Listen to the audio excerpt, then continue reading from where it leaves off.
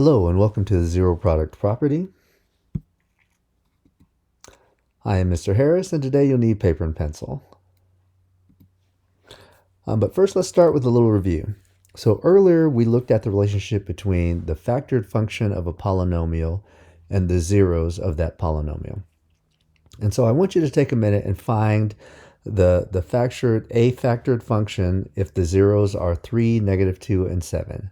So do the reversal and find the factors of a function. When you have something, come back to me.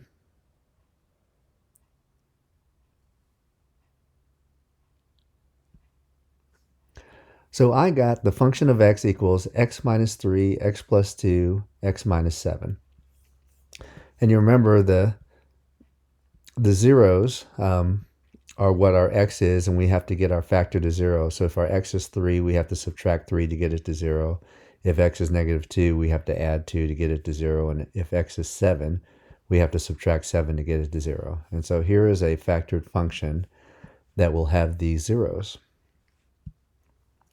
Now let's try something with some context. Jamal throws a ball in the air, and the throw is modeled by the equation h x equals -tx squared plus 4t plus 12, where h is height and t is time in seconds. And so let me go ahead and give you the factored version of this equation. And so our factors are -t minus 2 times t minus 6. And so given this equation, can you find the zeros? And then can you explain what the zeros tell us about Jamal's throw? And on this one, be careful with your signs on the first factor. We've got a -t.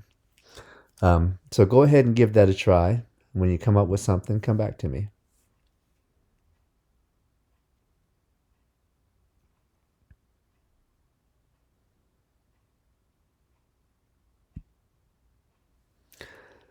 So Jamal throws the ball in the air, and here's how I found my zeros for this equation. I set my first factor to 0, -t minus 2 equals 0. I added 2 to both sides, so I end up with -t equals 2. Multiply both sides by a -1, and I get t equals -2. So my first 0 is -2. Then my second factor is t minus 6. Add 6 to both sides, I get t equals 6. So my second 0 is 6. So my two zeros are -2 and 6. So what does that mean for Jamal's throw? So I know my zeros are -2 and 6. My context is he's throwing a ball in the air. What do -2 and 6 tell me? Now, before we answer this question, I want you to graph the equation. And so you can put it in Desmos and see what the graph looks like. And then we'll go ahead and try and answer this question. So go ahead and put it in Desmos. When you have that, come back to me.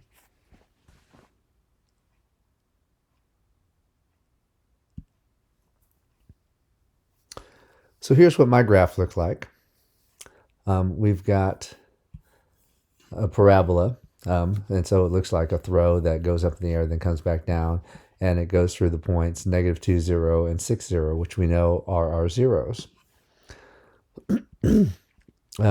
We also know that t is time in seconds, so this will be -2 seconds and 6 seconds. And this is when Jamal's ball hits the ground.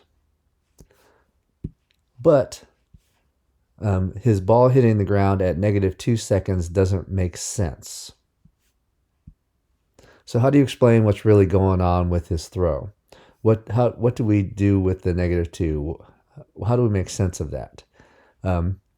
Jot some ideas down, and when you have something, come back to me.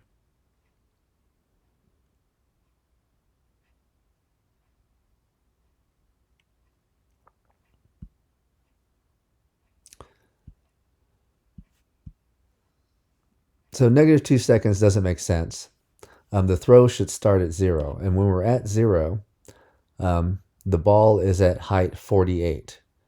And so that would tell us that Jamal must be standing on a building or on a parking garage, and he threw the ball from a standing height at 48 feet. So he's on a building or something throws the ball from there.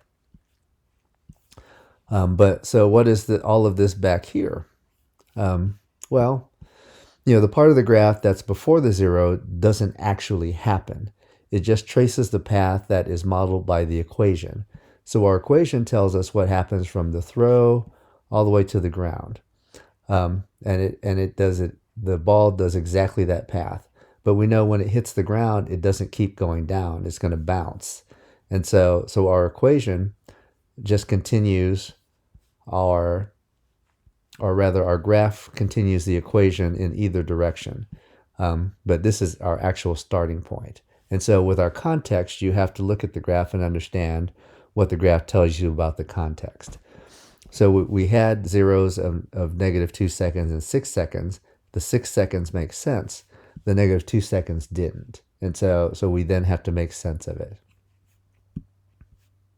The context tells us what makes sense.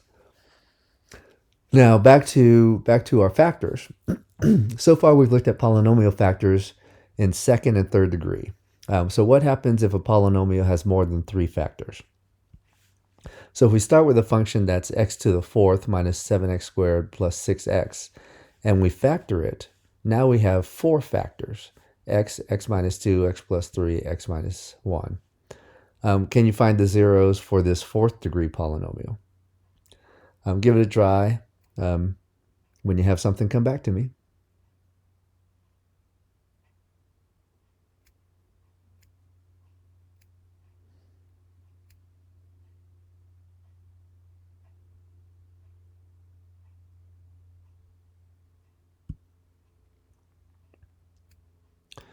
Check your answer by going to Desmos and graphing the equation to see if your zeros match up with the graph.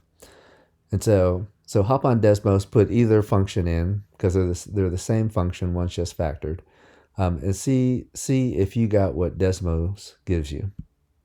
When you have that, come back to me.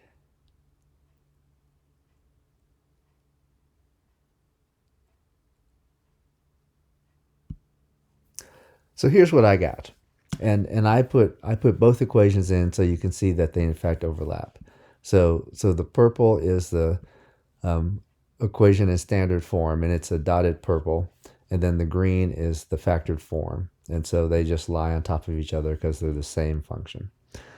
But my zeros were negative 3, 0, 1, and 2, and so those are the places where our graph crosses the x-axis. And it worked exactly the same way as when we did second and third degree polynomials. So the degree of the polynomial doesn't matter. It always works to set each of the factors equal to 0 to find our zeros. Now the question then becomes, why does this work? We set each factor to 0. Why does that work? Take a moment and see if you can explain why this works. When you have something, come back to me.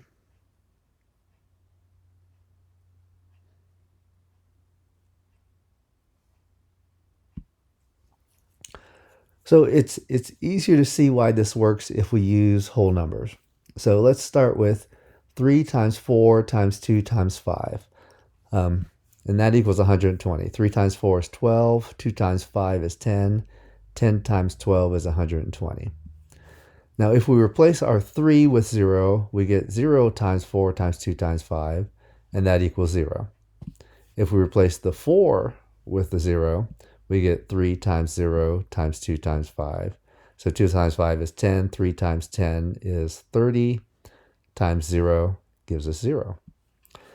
If we replace the 2 with a 0, we get 3 times 4 times 0 times 5. 5 times 4 is 20. 20 times 3 is 60 times 0, or this 0 is equal to 0. And if we replace the 5, we get 3 times 4 times 2 times 0. 3 times 4 is 12, times 2 is 24, times 0 equals 0. So no matter which factor I replace with 0, it makes the whole equation equal to 0. And this is exactly what we're doing when we're doing it with the factors of a polynomial. we're setting 1 at a time equal to 0, and it makes the whole thing equal to 0. Because 0, anything times 0 equals 0. So there's a name for this, and this idea has the name the zero product property. And it simply says that the product of factors, if the product of factors is 0, then one or more of the factors must be 0. And mathematically, we can write that as a times b equals, if a times b equals 0, then either a is 0 or b is 0, or maybe both are 0. And so that's the zero product property, and it's very helpful to understand this when we're trying to solve polynomials. Now let's talk about one more idea. At the beginning of the video, I asked you to find a function given the factors 3, -2, and 7. And we came up with the function x minus 3, x plus 2, x minus 7. And when we graph that, we get this. So it's going through -2, 3, and 7. And so here is the graph of our function with those zeros. Can you sketch a different graph that also goes through these 3 points, our 3 zeros? Give that some thought. See if you can sketch it, and when you have something, come back to me.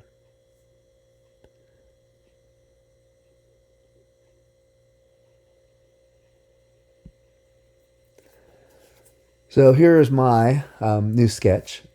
And if you look at my graph here, the blue is the original one, and my green, I've gone through the same 3 points. I just stretched my curves. So I pulled this curve up a little bit, pulled this curve down a little bit. But it goes through the same 3 zeros. And so if you look at the equation, what I actually did was I put a 2 in front of my 3 factors. But since there's no x with my 2, it's just the number 2, it does not change my zeros. But it does change my equation. It changes my graph. But my zeros stay the same. So that means that 2 or more equations can have the same zeros. So when you do the reversal and you make an equation given the zeros, understand that you're making one of many options. There are lots of equations that could go through those 3 zeros or 4 zeros or however many zeros you have. Now in summary, the zero product property allows us to set each factor to 0 to find the zeros or the x-intercepts. The zero product property works no matter how many factors you have. When we have context, when it's a word problem, when Jamal's throwing a ball or Susie's shooting off a rocket or dropping something, we have to make sure that each of the zeros makes sense in our context. Because it might be that only one of the zeros answers the question we're being asked.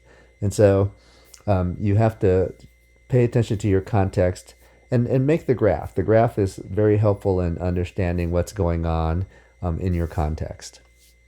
And then lastly, when we create an equation from our zeros, we are creating one of many possible options. 2 or more equations can have the same zeros. So thank you for joining me. Thank you for watching. Have a great rest of your day.